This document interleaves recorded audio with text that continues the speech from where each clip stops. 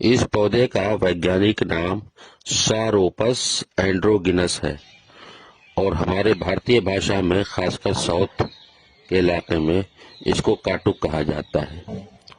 उत्तर प्रदेश, मध्य प्रदेश में भी ये पौधा या पेड़ देखा जाता है, लेकिन बहुत कम मात्रा में, और इसको अक्सर लोग बाड़े के रूप में लगाते हैं। चूंकि कम होने की वजह से ज्यादातर लोगों को इसकी जानकारी नहीं है।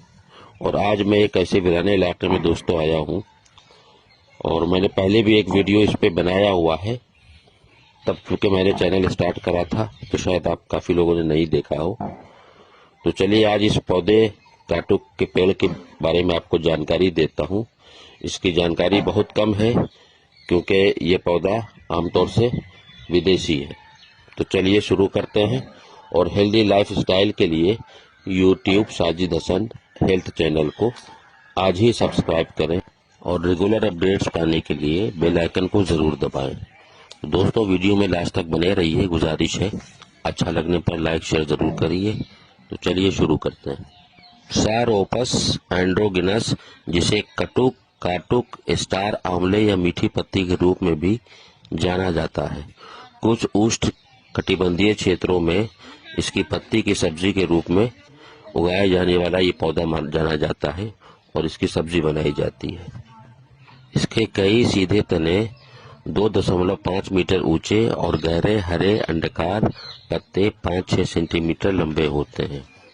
यह दक्षिण एशिया और दक्षिण पूर्व एशिया में सबसे लोकप्रिय पत्तेदार सब्जियों में से एक है और उच्च पैदावार और स्वादिष्टता के लिए उल्लेखनीय है। स्थानीय लोग इसे सूप बनाने के लिए केकड़े के मांस, कीमा बनाया हुआ सूअर का मांस या सूखे झींगा के साथ पकाते हैं। मलेशिया में यह आमतौर पर अंडे या सूखे इकोई के साथ हलचल तला हुआ होता है। पौधों के फूल और छोटे बैंगनी रंग के फल भी खाए गए। इंडोनेशिया में पौधे की पत्तियों का उपयोग जल सेक बनाने के लिए किया जाता है। माना जाता है कि स्तनपान कराने वाली माताओं के लिए स्तन के दूध के प्रवाह में सुधार होता है। यह पौधा, खासकर जो इसकी पत्तियां हैं, इसको स्वीट लीफ भी कहा जाता है। यह विटामिन के का अच्छा स्रोत है। इसमें उच्च स्तर का प्रोविटामिन ए, कैरोटाइनाइड्स भी होता है। विशेष रूप से ताजी पत्तियों में साथ ही साथ विटामिन बी और सी, प्रोटीन और खनिज के उच्च स्तर पाए जाते हैं।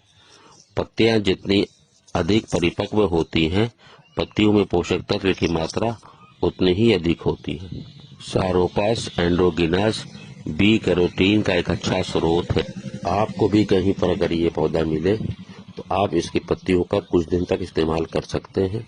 जी हाँ, इसकी पत्तियों की सब्जी बनाकर जिस तरह हम करी पत्ता का इस्तेमाल करते हैं उस तरह से भी कर सकते हैं। फल के बारे में भी पूरी जानकारी नहीं है क्योंकि इसे इस्तेमाल करने के लिए एक प्रक्रिया होती है, इसलिए मैं उसके लिए आपको नहीं बताऊंगा। और पत्तियों के इस्तेमाल से बहुत सारे विटामिन मिनरल्स मिलते हैं हमें।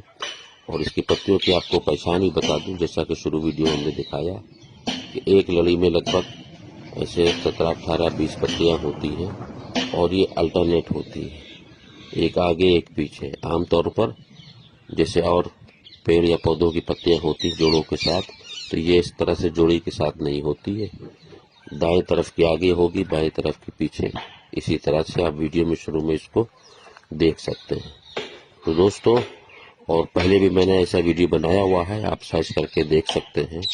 तो आज के लिए है इतनी जानकारी। इस पौधे की आपको कैसी लगी अपने कमेंट्स जरूर कीजिएगा। वीडियो अच्छा लगा हो तो लाइक शेयर जरूर करिएगा। तो बहुत बहुत शुक्रिया। अल्लाह हाफिज।